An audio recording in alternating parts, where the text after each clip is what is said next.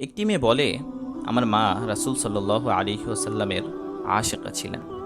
তিনি বেশি বেশি দুরূদ পড়তেন। যখন খাবার তৈরি করতেন তখনও আল্লাহুম্মা সাল্লি আলান নবিয়্যি, আল্লাহুম্মা সাল্লি আলান নবিয়্যি পড়তে থাকতেন, বারবার পড়তে থাকতেন। তিনি দুরূদ পাঠ করে গৃহস্থালী কাজের কষ্ট হালকা করতেন। যখন তিনি অসুস্থ হতেন, রাসূল সাল্লাল্লাহু আলাইহি ওয়াসাল্লাম থেকে বর্ণিত দোয়াগুলো দ্বারা আরোগ্য কামনা করতেন। তিনি আমাকে ওষুধ দিয়ে বলতেন, আল্লাহুম্মা সাল্লি আলান নবিয়্যি, আল্লাহুম্মা সাল্লি আলান নবিয়্যি। তার এই কাজ আমার কাছে স্বস্তিদায়ক ছিল।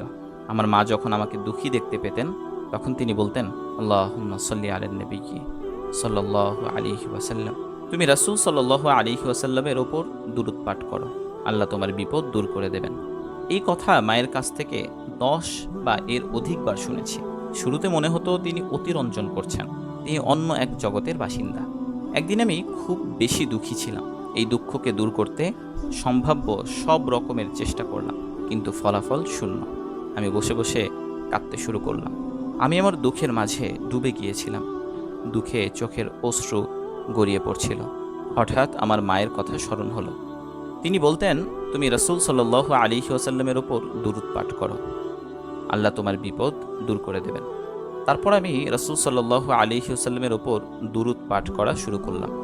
বেশি বেশি দুরূদ পাঠ করলাম, যেন আমি ওষুধের মাত্রা বাড়িয়ে দিয়ে দ্রুত সুস্থ হতে চাচ্ছি। দীর্ঘ সময় দুরূদ পাঠের পর মনে হলো আমি আমার সমস্ত দুঃখ ভুলে গিয়েছি। এরপর আরেকবার আমি পূর্ণ বিশ্বাস ও আস্থা নিয়ে দুরূদ পাঠ করছিলাম এবং উপকৃত হয়েছিলাম। আমি দুঃখ ও বিপদ থেকে নিষ্কৃতি পেতে দুরূদ শরীফের বিস্তর প্রভাব লক্ষ্য করেছি। আজ আল্লাহ তাআলার অনুগ্রহে সবসময় আমার জিহ্বা রাসূল সাল্লাল্লাহু আলাইহি ওয়াসাল্লামের দুরূদ পাঠে মশগুল থাকে। আমার সহপাঠীরা গান বাজনা ইত্যাদিতে মশগুল থাকে। সম্ভবত আমিও তাদের মতো হতাম, কিন্তু আল্লাহ তাআলা আমাকে একজন আদর্শ মা দিয়েছিলেন, যিনি আমাকে দুরূদ পড়ার প্রতি উৎসাহিত করেছেন। তার মাধ্যমে আমি আমার দুঃখ ও ব্যথা মোকাবেলা করতে পারি।